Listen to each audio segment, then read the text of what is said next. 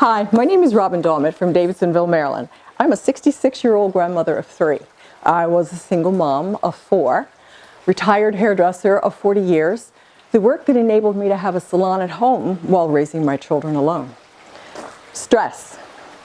No one understands stress and exhaustion more than a single mom does. The fears of making ends meet on a daily basis while trying to make life good for our children becomes a challenge we all live with. Cooking. Cooking was the magic that made everything feel good, felt solid. And since I worked at home and my kitchen was right there, I was able to make things from scratch for my children. Go upstairs and put together a pie dough, or maybe make a loaf of bread, or put a pot of something simmering on top of the stove. Cook while I was working. Cooking was also what kept me sane, made me feel grounded. But food opened up my eyes to something else, something I thought I might want to do later in life, once the stressful years had passed. Come on over here and have a cup of tea with me while I tell you the rest. Storytelling.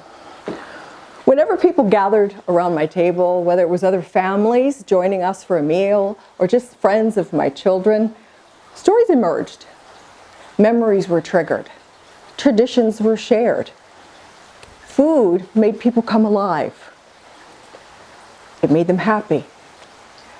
And happy people share stories. And I realized that that was what I really enjoyed the most about gathering people together around food. Fast forward 20 years from those stressful years. My children are all grown and have children of their own. I'm now married, living out in the countryside just outside DC, a peaceful lifestyle I never thought I would see.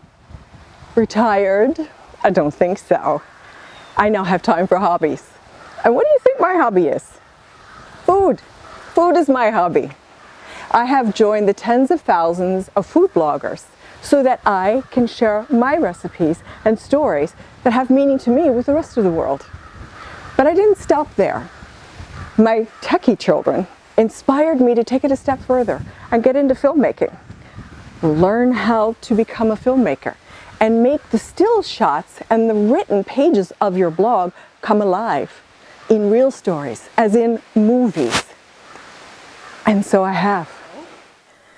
Now, wearing all of the hats as the videographer, the story creator, the set designer, the cook, the editor, I have found a passion for visual storytelling, using food as the source to make stories come alive. If you would give me just a few more minutes of your time, let me show you what I mean. Hi, I'm Robin. We're heading out across America in search of food bloggers' best recipes and secrets on The Camera Eats First.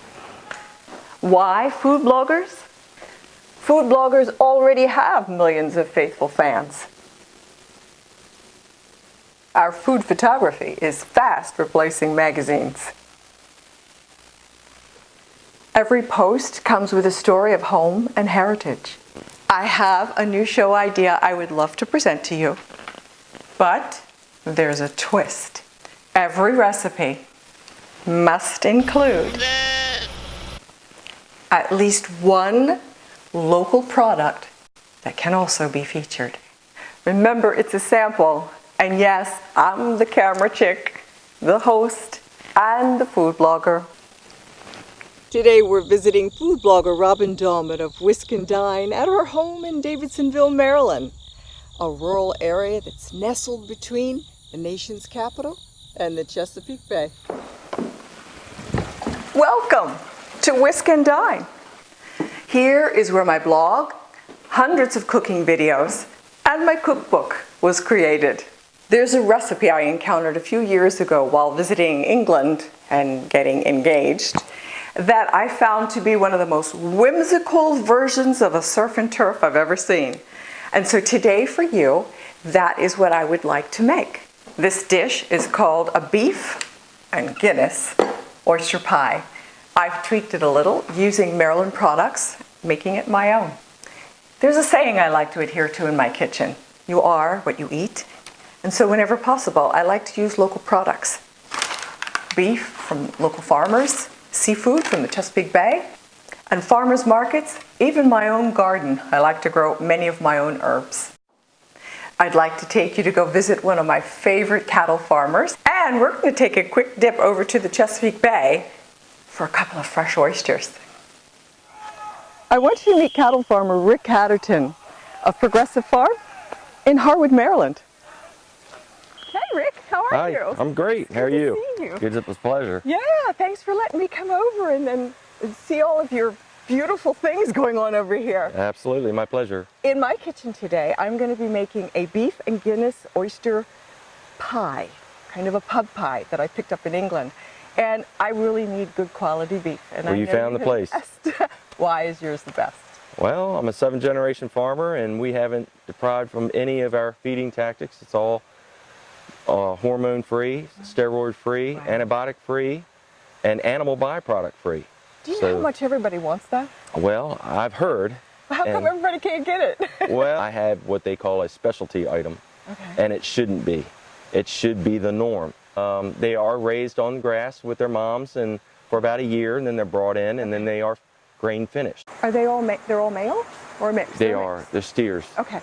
And I buy steers as opposed to heifers because they grow a little faster. And with me not giving them any hormones or antibiotics or steroids or anything that would enhance that, Yeah. then I looked at natural ways of gaining faster. Okay. So you just feed them food like anybody else would. Feed put them on food, weight. feed them food, and allow them to grow at their normal pace. I'm going to be doing a dish that requires a kind of a slow, low temperature cooking. Is there a particular cut that you would recommend for that type of cooking? Well, I mean, we all love a gorgeous tomahawk and a big old sure. steak, but what would you do for something that's a little more home cooking? if you're looking at a steak, probably the hanger steak would be a good one. Okay. And you have those here? I do. And I can get some? You sure can. Okay. And you can kind of pick out the 3 that I have as to which one you want. Oh, I'll take everything. We had talked about the hanger steak, so there's a nice hanger steak there. I have never seen a hanger steak this big in the grocery store. So they are grass raised for a year, and then they are finished for the last 6 months. Okay, and you don't give beer? No, no, don't get beer. Why do some cows get beer? I don't know, maybe they need a drink from time to time. Right now, you're on a big giant oyster bed right now. Right here, we're at right now. Big oyster bed right here.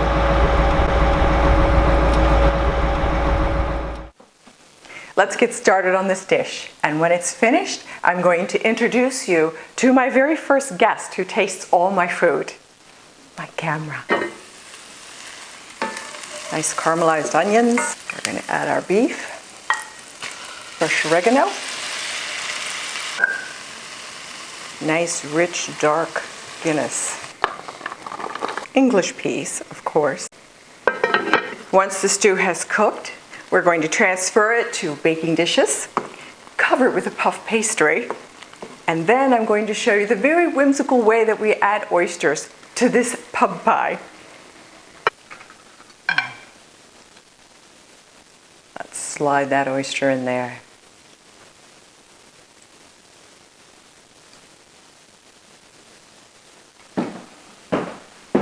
The smell is delicious. Oh, it is, but you got to give me a minute. Oh, the camera eats first. Yes. I know, there's hungry people upstairs, but they'll have to wait. Because in this house, the camera eats first. That's it for now. We'll see you again on The Camera Eats First.